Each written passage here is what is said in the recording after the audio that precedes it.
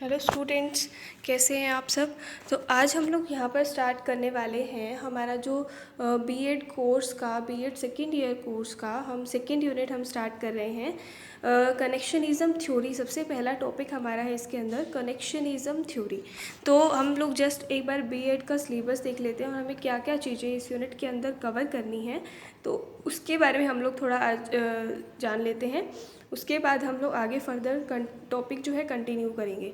तो हमारी जो सेकेंड यूनिट है बीएड सेकेंड ईयर का जो हमारा सेकेंड पेपर है टीचिंग एंड लर्निंग का, उसकी सेकेंड यूनिट है हमारी यहाँ पर थ्योरीज़ ऑफ लर्निंग, लर्निंग पैराडिग्म्स की थ्योरीज़ ऑफ लर्निंग है हमारी।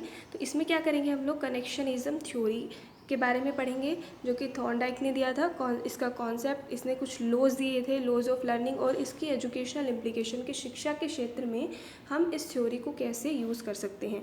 सेकेंड हमारी थ्योरी है जो है कंडीशनिंग थ्योरीज, दैट इज़ इसके अंदर हम लोग कवर करेंगे classical conditioning and operant conditioning, जो कि स्किनर ने दी थी। क्लासिकल कंडीशनिंग पावलोव ने दी थी। तो एक इनकी कॉन्सेप्ट्स और इनकी कैरेक्टरिस्टिक्स थ्योरी की, और दूसरा की एजुकेशनल इम्प्लीकेशन, शैक्षिक क्षेत्र में या शिक्षा के क्षेत्र में इसका क्या योगदान है। फिर हम बात करेंगे सोशल कंस्ट्रक्टिविस्ट थ्योरी, जो कि वाइगोत्स्की और बंदूरा दो जो हमारे एजुकेशनिस्ट हैं उन्होंने दी, उनके बारे में हम लोग इसको ब्रीफ में डिस्कस करेंगे। इसका कॉन्सेप्ट क्या है, इसका नेचर और इसकी एजुकेशनल इम्प्लीकेशंस। तो चलिए जानते हैं, हम हमारी जो आज की फर्स्ट थ्योरी है उसको कवर करेंगे, जो कि हमारी कनेक्शनिज़म थ्योरी, जिसको ट्रायल एंड एरर थ्योरी भी बोला जाता है। तो थ्योरीज़ के कॉन्सेप्ट, कनेक्शनिज़म थ्योरी के कॉन्सेप्ट पे जाने से पहले जस्ट हम जान लेते हैं कि थ्योरी होता क्या है। What do you mean by the concept. तो ये थ्योरी, ये सिद्धांत है क्या। तो सिद्धांत को परिभाषित करना इतना आसान नहीं है, क्योंकि सभी लोग इसके अलग अलग इसकी डेफिनेशन देते हैं। थ्योरी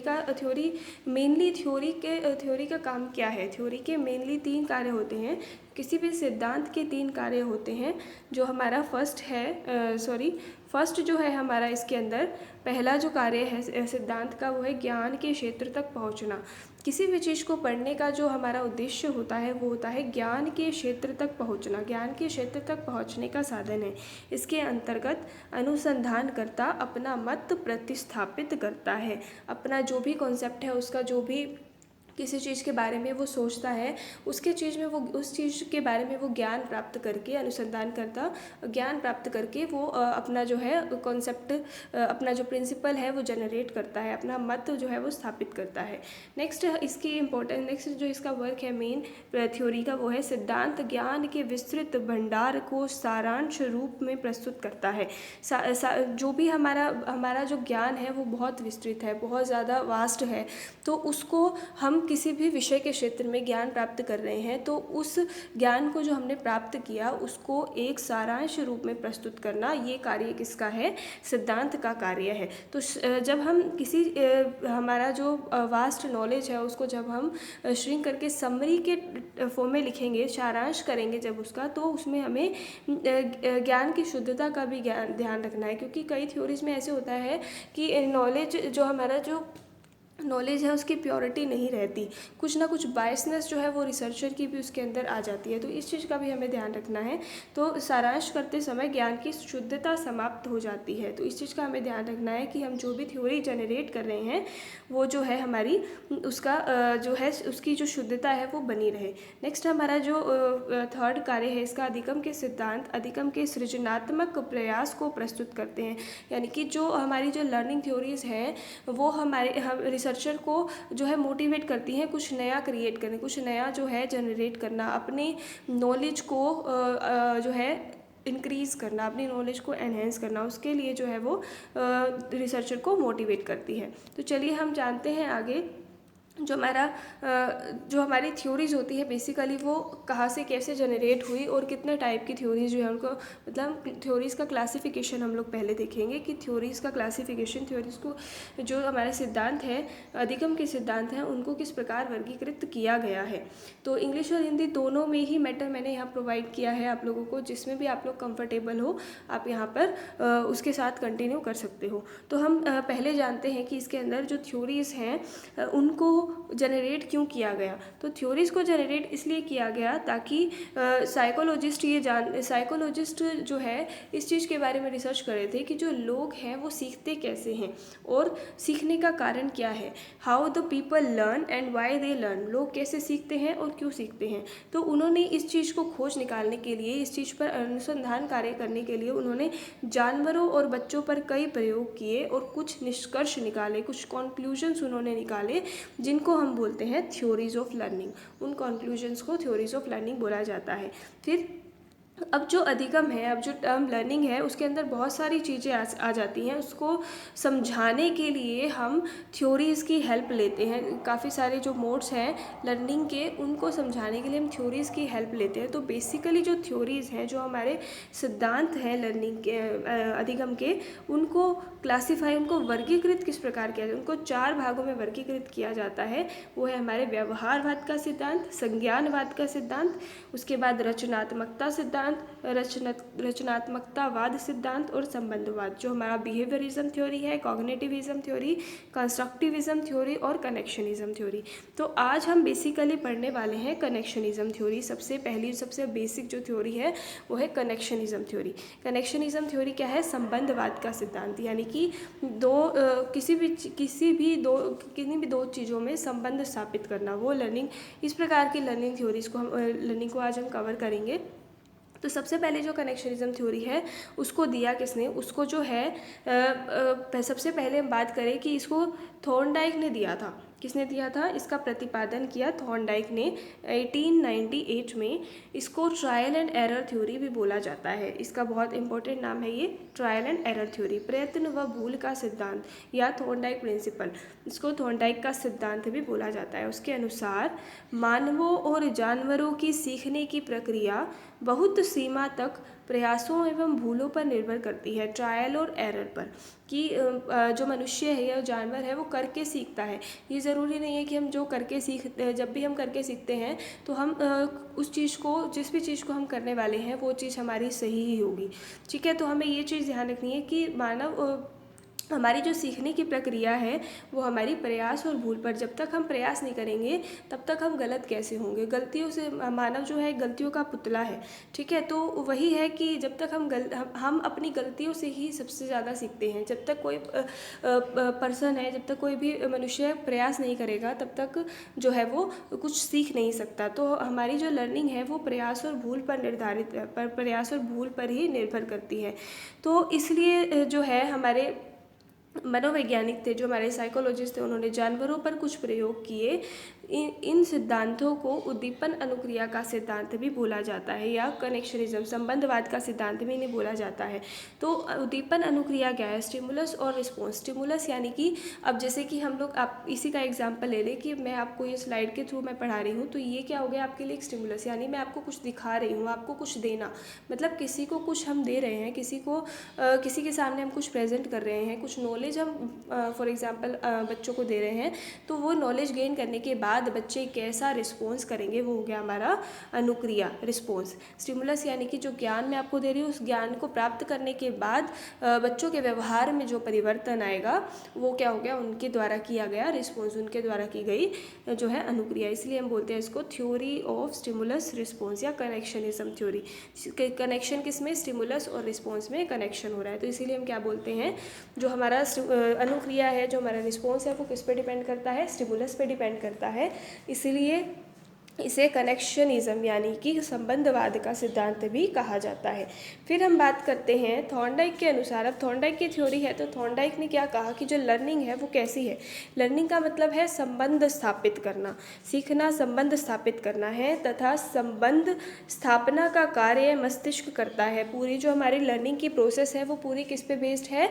संबंध, पूरी की पूरी ब्रेन पे। ठीक है, हमारा ब्रेन जिस तरीके से फंक्शन करेगा, जिस तरीके से वो सीखने के लिए तैयार होगा, उसी तरीके से हम जो है उतना ही सीख पाएंगे। तो उसके अनुसार मनुष्य और पशु दोनों प्रयास और भूल द्वारा कुछ ना कुछ सीखते हैं। जब तक मनुष्य प्रयास, जो हमारी पूरी लर्निंग है वो किस पे डिपेंड करती है, हमारी प्रैक्टिस पे। Practice makes the man perfect. जब तक हम जो है अभ्यास नहीं करेंगे किसी चीज़ को करने की कोशिश नहीं करेंगे, प्रयास नहीं करेंगे, तब तक हम नहीं सीख सकते। तो जैसे जैसे हम उस चीज़ की प्रैक्टिस कर रहे हैं, जैसे जैसे हम उसका बार बार प्रयास कर रहे हैं किसी भी चीज़ को सीखने का, किसी भी चीज़ को करने का, तो डे बाय डे हमारी जो एरर्स हैं, उसके अंदर जो हम गलतियां कर रहे हैं, वो गलतियां क्या हो जाएंगी, धीरे धीरे कम होती जाती हैं। इसीलिए कहते हैं कि मनुष्य अपनी भूलों से ही सीखता है, मनुष्य अपनी की गई गलतियों से ज़्यादा सीखता है, कि भविष्य में वो गलतियां वो दोबारा ना दोहराए। तो इसी तरीके से, इसीलिए थॉर्नडाइक ने इसे क्या नाम दिया, ट्रायल एंड एरर थ्योरी। तो इसमें इसने जो है एक बिल्ली पर प्रयोग किया, थॉर्नडाइक द्वारा भूखी बिल्ली पर एक प्रयोग किया गया। उसने क्या किया, आपको दिखाई दे रहा होगा यहाँ स्क्रीन के ऊपर, एक बॉक्स के अंदर एक भूखी बिल्ली को बंद कर दिया और यहाँ पर उसने एक चिटकनी लगा दी। चिटकनी के साथ एक जो रोप के साथ उसने यहाँ पर एक लेवर जो है उसको बॉक्स के अंदर, उसको एक पिंजरे के अंदर डाल दिया। और जैसे ही अगर इस लेवर के ऊपर बिल्ली का पैर पड़ता है तो वो लेवर के द्वारा ये चिटकनी खुल जाएगी। और इस बॉक्स के बाहर उसने क्या किया, इस बॉक्स के बाहर उसने एक, यहाँ पर देखिए, यहाँ पर जो है इसने बॉक्स के बाहर एक जो है मछली का टुकड़ा रख दिया। ये जो हमारा बर्तन है, इसके अंदर एक मछली का टुकड़ा रख दिया। और ये जो मछली का टुकड़ा है, ये बिल्ली के लिए किस तरीके का काम कर रहा है, बिल्ली के लिए स्टिमुलस का काम कर रहा है। जो हमने उसको उद्दीपन दिखाया, इसको देखकर वो क्या करेगी, अनुक्रिया करेगी। तो जैसे ही बिल्ली वहाँ पर बाहर, पिंजरे से बाहर मछली का टुकड़ा पड़ा हुआ देखती है, तो वो प्रयास करने लगती है कि वो किसी भी तरीके से वो बाहर आ जाए। तो मछली का बाहर पड़ा टुकड़ा देखकर बिल्ली की उत्तेजना बढ़ जाती है और वो प्रयास करने लगती है, वो ट्रायल्स करने लगती है कि किसी भी तरीके से वो बॉक्स के बाहर निकल आए और उस टुकड़े को प्राप्त कर ले। तो उसने काफ़ी सारे जो है रैंडम मूवमेंट्स किए, आपको यहाँ स्क्रीन पर दिखाई दे रहा होगा कि उसने पिंजरे से बाहर हाथ निकाल कर कोशिश की कि उसके हाथ में वो मछली का टुकड़ा आ जाए। उसने जो है दरवाज़ा खोलने की कोशिश की पर उससे नहीं खुला। इधर उधर उसने पंजे मारने शुरू किए।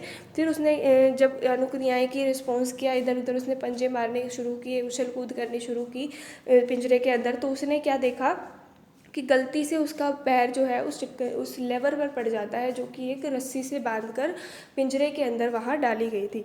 तो जैसे ही उसका पैर जो है लेवर पर पड़ता है, तो वो जो है हमारा पिंजरे का जो दरवाज़ा है वो खुल जाता है और वो बाहर आकर मछली के टुकड़े को प्राप्त करके अपनी भूख को शांत कर लेती है। तो ये जो पूरा एक्सपेरिमेंट जो है थॉर्नडाइक के द्वारा किया गया, तो उसने देखा कि जैसे जैसे बिल्ली ने बार बार फिर दोबारा से एक बार उसका जो प्रयास, उसका जो पूरा एक्सपेरिमेंट था वो कंप्लीट होने के बाद फिर से दोबारा से ये एक्सपेरिमेंट उसने बार बार दोहराया। तो अब बिल्ली बार बार प्रयास करती और जैसे जैसे उसके ट्रायल्स ज़्यादा हो रहे थे, जैसे जैसे उसकी प्रैक्टिस जो है बार बार कराई जा रही थी, तो धीरे धीरे उसने कम टाइम लेना शुरू कर दिया, वो दरवाज़ा खोलने में कम टाइम लेना शुरू कर दिया। तो इतने जैसे जैसे वो बार बार उसका जो है प्रयोग बार बार कराया गया, तो थॉर्नडाइक ने उसने 10 दिन तक उसने क्या किया, 10 दिन तक ये प्रयास कराया बिल्ली को।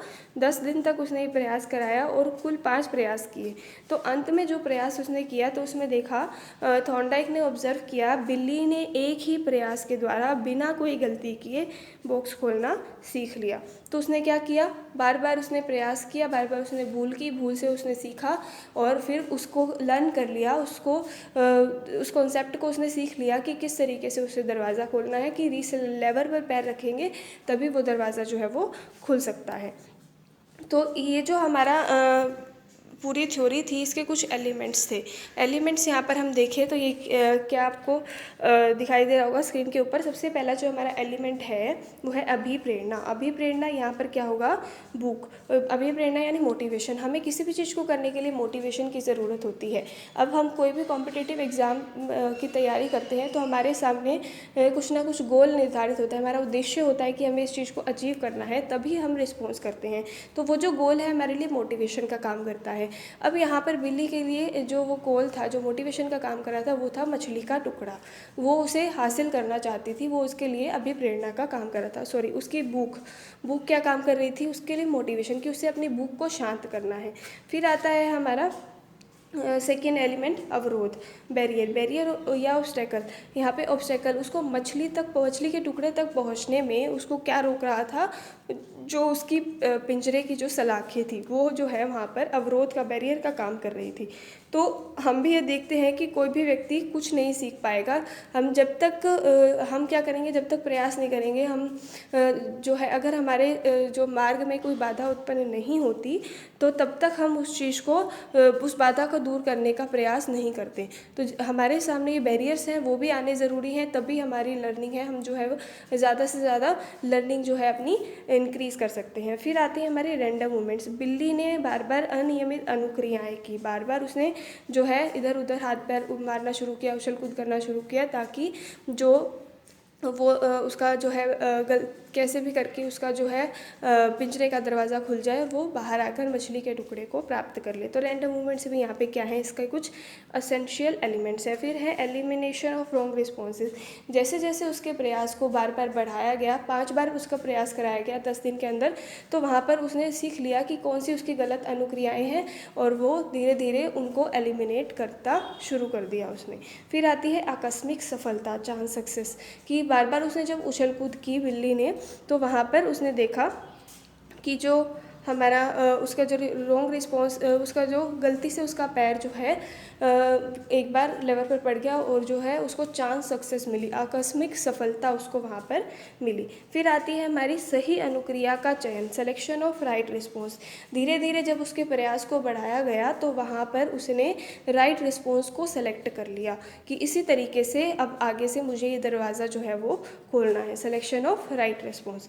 फिर आती है स्थिरता, फिक्सेशन। अब उसने दिमाग में ये चीज़ बिठा ली कि जैसे ही मुझे पिंजरे में बिठाया जाएगा मैं इसे लेवर को प्रेस करके और पिंजरे से बाहर निकल सकती हूँ। तो उसने अंत में क्या किया, सभी त्रुटियों और गलत प्रयासों को छोड़कर वो बाहर निकलना सीख गई, दरवाज़ा खोलना सीख गई। तो इनकरेक्ट रिस्पॉन्सेज जो है वो कम हो गए और इनकरेक्ट रिस्पॉन्सेज की जगह पर उसने सही अनुक्रियाएं, करेक्ट रिस्पॉन्स करना उसने सीख लिया। तो इसी तरीके से ही मानव जीवन में भी होता है कि हम धीरे धीरे जैसे जैसे हम किसी चीज़ के लिए प्रयास करते हैं वैसे वैसे हम जो है वो गलतियाँ करना कम कर देते हैं, वो जल्दी से जल्दी उस लर्निंग को हम सीख लेते हैं। तो ये जो हमारी लर्निंग थ्योरी है, इस पे बेस्ड थॉर्नडाइक ने कुछ लॉज दिए थे जिनको हम क्लासीफाई करते हैं primary laws and secondary laws. तो इसको हम क्लासीफाई करेंगे, 3 जो है मुख्य नियम इसमें थॉर्नडाइक ने दिए हमारे, law of readiness, law of effect, law of exercise. इनको हम आगे ब्रीफ में पढ़ेंगे। जस्ट यहाँ पर मैंने आपको क्लासिफिकेशन दिखाया है। उसके बाद है हमारे law of multiple responses, law of set, मनोवृत्ति का नियम, law of associative shifting, law of recency, नवीनता का नियम, लॉ ऑफ इंटेंसिटी यानी इंटेंसिटी ऑफ स्टिमुलस, की बार बार हम वो स्टिमुलस उसको कितनी बार दिखा रहे हैं, ठीक है। उद्दीपन की तीव्रता का नियम, जितनी जल्दी उसको दिखाएंगे उतनी जल्दी उसको सक्सेस मिलेगी, जितना ज़्यादा उसको स्टिमुलस दिखाया जाएगा। लॉ ऑफ प्राइमेसी, प्राथमिकता का नियम। चलिए इनको ब्रीफ में जानते हैं। सबसे पहले हमारे प्राइमरी लॉज जो काफ़ी इंपॉर्टेंट है, जो पूछे जाते हैं हमारे एचटेट या सीटेट में भी हमारे ये काम आएंगे, और साथ में हमारे बीएड कोर्स का जो सेकंड यूनिट है हमारे सेकंड पेपर का, उसके लिए तो ये काफ़ी इंपॉर्टेंट है ही हमारी पूरी यूनिट। तो चलिए देखते हैं प्राइमरी लॉ। फर्स्ट है हमारा लॉ ऑफ रेडीनेस, तत्परता का नियम। अब जब कोई भी व्यक्ति को, किसी भी व्यक्ति को हम कुछ सिखाना चाहते हैं तो सबसे पहली बात जो एक टीचर को ध्यान में रखनी है कि उसे उस चीज़ को सीखने के लिए हमें रेडी करना है। उस चीज़ को सीखने के लिए जो है बच्चा जब तक तत्पर नहीं रहेगा, जब तक उस चीज़ को रेडी लेने के लिए, उस ज्ञान को सीखने के लिए बच्चा रेडी नहीं है, तब तक वो नहीं सीख सकता। अगर वो उस चीज़ को सीखने के लिए तैयार है तो वो जो ज्ञान हम बच्चे को देने वाले हैं वो उसको बहुत जल्दी से हासिल कर लेगा, तीव्रता से, शीघ्रता से उसे हासिल कर लेगा। तो लॉ ऑफ रेडीनेस यही कहता है कि ये एक तरीके से मोटिवेशन का काम भी करता है। अब किसी भी बच्चे के सामने हमने कुछ इंसेंटिव रख दिया कि आप जब ये लर्निंग कर लोगे तो आपको जो है ये इंसेंटिव, ये प्राइज़ जो है आपको दिया जाएगा, तो वो उसके लिए क्या काम कर रहा है, एक मोटिवेशन उसको प्रदान कर रहा है, प्रेरणा उसको दे रहा है कि मुझे ये कार्य जो है करना चाहिए। तो ये उस बच्चा खुद को तैयार कर लेगा उस चीज़ को सीखने के लिए, उस चीज़ को करने के लिए। तो इसे हम बोलते हैं लॉ ऑफ रेडीनेस। ये इसके कुछ एजुकेशनल इम्प्लीकेशंस हैं। इससे क्या होगा, बच्चे का ध्यान बच्चे का जो है ध्यान उसके अंदर बढ़ेगा, बच्चे की रुचि पैदा होगी, बच्चे के अंदर जिज्ञासा उत्पन्न होगी, बच्चा जो है उस काम को करने के लिए मोटिवेट होगा, अभी प्रेरणा मिलेगी उसे, वो नवीन ज्ञान के लिए तैयारी, कुछ नया सीखने के लिए बच्चा जो है तत्पर होगा, कुछ नया सीखने के लिए वो तैयार होगा। और यहाँ पर क्या है, लास्ट ज़बरदस्ती कार्य नहीं, क्योंकि जब तक हम उसको रेडी नहीं करेंगे, अब जब तक बच्चा रेडी नहीं है, आप चाहे उसे कुछ भी सिखा लो, वो उसे नहीं गेन कर सकता, वो उसे नहीं सीख सकता। तो हमारा जो सेकंड लॉ है, फर्स्ट लॉ है हमारा कंप्लीट है। नेक्स्ट है हमारा लॉ ऑफ इफेक्ट, प्रभाव का नियम। ठीक है, इसको हम बोलते हैं प्लेजर और पेन। किसी भी काम को करने, हम कोई भी काम करते हैं तो उसका हमारे ऊपर इफेक्ट पड़ता है, वो पॉजिटिव इफेक्ट भी हो सकता है, वो नेगेटिव भी हो सकता है, कुछ ना कुछ प्रभाव हमें हमारे ऊपर पड़ता ही है। तो कई कार्यों का अंत हमें प्रसन्नता देता है, कई कार्यों का अंत दुखदायक होता है। तो संतुष्टि तथा प्रसन्नता से जुड़े कार्यों को बार बार, जिस चीज़ को करने से बच्चे को खुशी मिलती है, जिस चीज़ को करने से बच्चा जो है प्लेजर फील करता है, ऐसे कार्यों को बार बार रिपीट करके हम अपनी लर्निंग को और भी इफ़ेक्टिव बना सकते हैं, और भी प्रभावशाली बना सकते हैं। तो इसके अंदर हमारे जो एजुकेशन इम्प्लीकेशंस हैं, जो हमारी शैक्षिक उपयोगिताएं हैं, उसके अंदर हमारी क्या रह जाएंगी, हमारी कि उचित मनोभावों का विकास इसमें होगा, कि डेवलपमेंट ऑफ डिज़ायरेबल सेंटिमेंट्स। फिर आता है हमारा रुचि का संबंध, रोचक चीज़ें, मतलब जिस चीज़ को करने में बच्चा इंटरेस्ट लेगा, वो चीज़ें उसे बहुत लंबे समय तक याद रहेंगी, अधिक समय तक याद रहेंगी। फिर आता है हमारा dependence of reward and punishment, कि बच्चा जब किसी चीज़ को करता है, जो चीज़ उसको करने में अच्छी लगती है, या जो चीज़ हम कराना चाहते हैं बच्चे से, वो चीज़ बच्चा कर रहा है, तो उसे प्राइज़ मिलेगा। ठीक है, उसे पुरस्कार दिया जाएगा। तो अगर वो अच्छा व्यवहार करता है तो उसे हमें पुरस्कार देना है, और बुरा व्यवहार करता है तो उसे हमें दंड देना है, ताकि जो है हम जो राइट रिस्पॉन्सेज हैं, जो अच्छी चीज़ें हैं, वो बच्चे को अच्छे से सिखा सकें। फिर आता है अच्छी आदतों का निर्माण करना। तो इस नियम का पालन करने से बच्चे में अच्छी आदतें और उत्तम दृष्टिकोणों का विकास होता है, जो हम गुड हैबिट्स हैं वो डेवलप कर सकते हैं बच्चे के अंदर। नेक्स्ट है हमारा अभ्यास का नियम, लॉ ऑफ एक्सरसाइज। इसको हम बोलते हैं law of use and disuse. तो अभ्यास का नियम, अभ्यास यानी कि practice makes the man perfect. किसी भी चीज़ को हम बार बार करेंगे तो उस चीज़ को करने में हम परफेक्ट हो जाएंगे, उस चीज़ को करने में हम निपुण हो जाएंगे। तो लॉ ऑफ यूज़, इसको हम दो भागों में वर्गीकृत करते हैं, law of use and law of disuse. Law of use क्या कहता है, यह नियम इस बात पर बल देता है कि मनुष्य उसी कार्य को बार बार करता है जिसकी वह उपयोगिता समझता है। तो टीचर को चाहिए कि जो भी काम वो कराने जा रहे हैं, जो भी नॉलेज बच्चे को प्रोवाइड कराने जा रहा है, वो चीज़ उसकी सबसे पहले बच्चे को उपयोगिता बताई जाएगी, किस तरीके से वो चीज़ आपके लिए बेनिफिट है, आपके जीवन में वो किस तरीके से आपको हेल्प कर सकती है।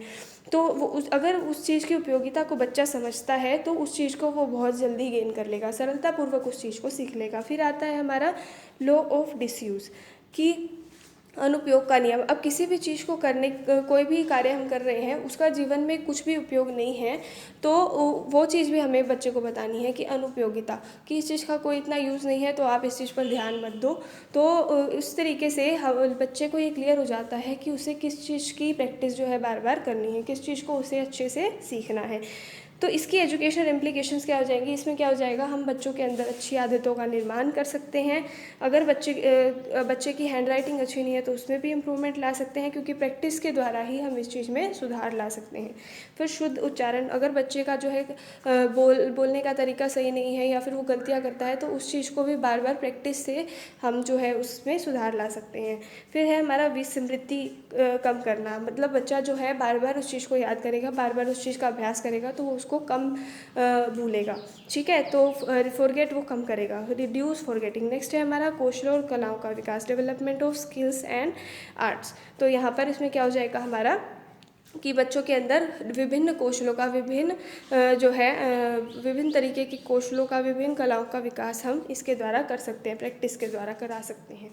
फिर आता है हमारा गुण नियम, सेकेंडरी लॉज में हमारा फर्स्ट है फर्स्ट लॉ है लॉ ऑफ मल्टीपल रिस्पॉन्स। हम किसी भी चीज़ को करने के लिए अब जैसे हमने एक्सपेरिमेंट किया कि बिल्ली बार बार क्या कर रही थी, बहुत सारे उसने जो है प्रयास किए पिंजरे से बाहर निकलने के, उछल कूद की, इधर उधर हाथ पैर मारे, तो उसने क्या किया, मल्टीपल रिस्पॉन्सेज की। हम किसी भी चीज़ को करने के लिए बहुत बार प्रयास करते हैं तो किसी ना किसी प्रयास में हमें सफलता अवश्य मिल जाती है। तो यही लॉ ऑफ मल्टीपल रिस्पॉन्स भी यही कहता है कि हमें बार बार जो है उस चीज़ को उस समस्या का समाधान निकालने का प्रयास हमें करना चाहिए। नेक्स्ट आता है law of mental set. Mental set law of readiness से रिलेटेड है कि हम इस चीज़ को किसी भी चीज़ को सीखने वाले, किसी भी चीज़ को करने वाले हैं तो हम अपना एक मेंटल सेट बना लें कि हमें उस चीज़ को सीखना ही है किसी भी तरीके से। तो हम उस चीज़ को अंत में हम उस चीज़ को अच्छे से सीख लेंगे। अंत में हम वो जो नया कार्य हम करने वाले हैं, अगर हमने मानसिक स्थिति अपनी बना ली कि हमें उस चीज़ को करना है तो हम उस चीज़ को सीख लेंगे। तो नेक्स्ट इसके अंदर आता है हमारा लॉ ऑफ एसोसिएटिव शिफ्टिंग, मतलब कि इसके अंदर साहचर्य परिवर्तन का नियम कि हम क्या करते हैं, अपने प्राप्त ज्ञान का उपयोग, हमारे पास जो नॉलेज है उसका जो उपयोग है हम नया ज्ञान सीखने में या कुछ अन्य परिस्थिति में भी करते हैं। तो इसी को हम क्या कहते हैं, एसोसिएटिव शिफ्टिंग। अपने पूर्व ज्ञान का उपयोग अपने नए ज्ञान को लेने के लिए करना या किसी और विभिन्न परिस्थिति में अपने ज्ञान का उपयोग करना। नेक्स्ट आता है हमारा नवीनता का नियम, लो ऑफ रिसेंसी, कि सबसे हाल ही में जो हमने अभी नया नया कुछ सीखा है तो वो चीज़ें हमें अच्छे से याद रहती है, जबकि जो पहले वाली चीज़ें हैं उनको बहुत कठिनाई से याद किया जा सकता है। जो अभी हाल फिलहाल में हमें कुछ सीखा है नया तो वो चीज़ हमें ज़्यादा अच्छे से याद रहेगी। फिर आता है हमारा प्राथमिकता का नियम, प्राइमेसी। ये क्या होता है, पहला प्रभाव अंतिम, first impression is last impression. तो हमें क्या करना है, किसी भी चीज़ को अगर बच्चे को सिखाना है तो उसे प्रेजेंट स्टार्टिंग में उसे अच्छे से प्रेजेंट करना पड़ेगा उसके, ताकि उसका जो है इंटरेस्ट बन जाए, पूरे थ्रू आउट द लेक्चर पूरा जो है उसको सीखने के लिए वो रेडी हो जाए। फिर आता है हमारा उत्तेजक की तीव्रता का नियम, यानी कि स्टिमुलस को हम बार बार कितनी जल्दी हम स्टिमुलस को उसके सामने प्रेजेंट कर रहे हैं, उसी तरीके से हम उसको जो चीज़ चाहिए, जैसे बिल्ली को मछली का टुकड़ा चाहिए था तो बार बार उसे मछली का टुकड़ा हम दिखाएं तो वो उतनी ही जल्दी वो रिस्पॉन्स करेगी। अगर हमारा स्टिमुलस जो है वो वीक है तो रिस्पॉन्स हमें वीक ही मिलेगा। तो ये चीज़ भी हमें ध्यान रखनी है। अब आती है हमारी educational implications of trial and error theories की, हमें इसे शिक्षा के क्षेत्र में इसका कैसे योगदान। तो सबसे पहला जो हमारा एजुकेशनल इम्प्लीकेशन है वो है मोटिवेशन, प्रेरणा का नियम। तो यहाँ पर हमने ये सीखा कि हमें किसी बच्चे को कुछ सिखाना है तो हमें बच्चे को वहाँ पर बच्चे को वहाँ पर सबसे पहली बात कि टीचर के द्वारा अभिप्रेरित किया जाना चाहिए, मोटिवेट किया जाना चाहिए, उसे उस चीज़ के उपयोग बताएं कि अगर आप ये नॉलेज गेन करते हो तो आपके लिए किस तरीके से बेनिफिट है, उसके बेनिफिट्स वहाँ बताए जाए। किसी भी तरीके से उसको जो है सिखाने के लिए हम उसको प्राइजेस उसके सामने रखें, स्टिमुलस दिखाया जाए उसको, किसी भी तरीके से उसके जो ऑब्जेक्टिव्स को निर्धारण कर लें। तो हमें क्या करना है, यहाँ पर मोटिवेशन जो है, प्रेरणा बच्चे को प्रदान करनी है। फिर आता है हमारा जो सेकंड वन जो हमारा है, इसके अंदर सरल से कठिन की ओर, जो भी चीज़ हम सिखाने जा रहे हैं बच्चे को ईजी से स्टार्ट करें और धीरे धीरे हम उसको मुश्किल चीज़ों तक लेकर जाएं। फिर आता है हमारा डेवलपमेंट ऑफ स्किल्स, हम बार बार यहाँ पर क्या कर रहे हैं, एक लॉ ऑफ एक्सरसाइज, अभ्यास का नियम हमने पढ़ा। तो हम हमने बच्चे के अंदर कुछ स्किल डेवलप करनी है तो बार बार उस चीज़ को जब बच्चा सीखेगा, बार बार जब उस चीज़ का अभ्यास करेगा तो वो उस चीज़ के अंदर उसके अंदर वो कौशल जो है बहुत जल्दी विकसित हो जाएगा। फिर आता है लर्निंग बाय डूइंग, किसी भी काम को करके सीखना, यानी कि अभ्यास के नियम पर ही आधारित है। हम किसी भी काम को करते हैं, बार बार प्रयास करते हैं, फिर भूल करते हैं, फिर हम उस चीज़ को धीरे धीरे भूल को कम करके हम जो बार बार प्रयासों के द्वारा उस चीज़ को जल्दी से सीख लेते हैं। फिर आती है हमारी लर्निंग बाय एक्सपीरियंस, एक्सपीरियंस के द्वारा सीखना, बच्चा जो है करके सीख रहा है, बच्चा जो है लर्निंग बाय डूइंग कर रहा है तो वहाँ पे एक्सपीरियंस, अभ्यास का भी जो है एक्सपीरियंस का भी जो है वहाँ पर बहुत महत्वपूर्ण योगदान है।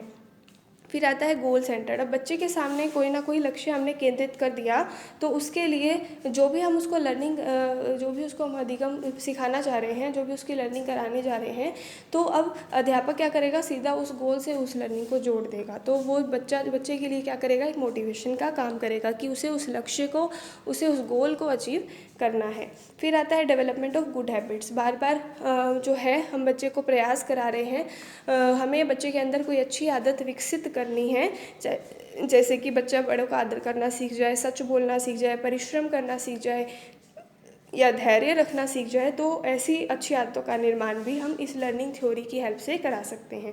फिर आता है स्व अधिगम, क्योंकि इसमें हम प्रयास करते हैं बार बार, बच्चे किसी भी चीज़ को करने का प्रयास करेंगे, फिर वो भूल करेंगे, तो धीरे धीरे जैसे जैसे प्रयास बढ़ते जाएंगे वैसे वैसे गलतियाँ कम होती जाएंगी और बच्चा जो है उस लर्निंग को जल्दी से जल्दी सीख लेगा, उस लर्निंग को जल्दी से जल्दी जो है अपने अंदर धारण कर लेगा।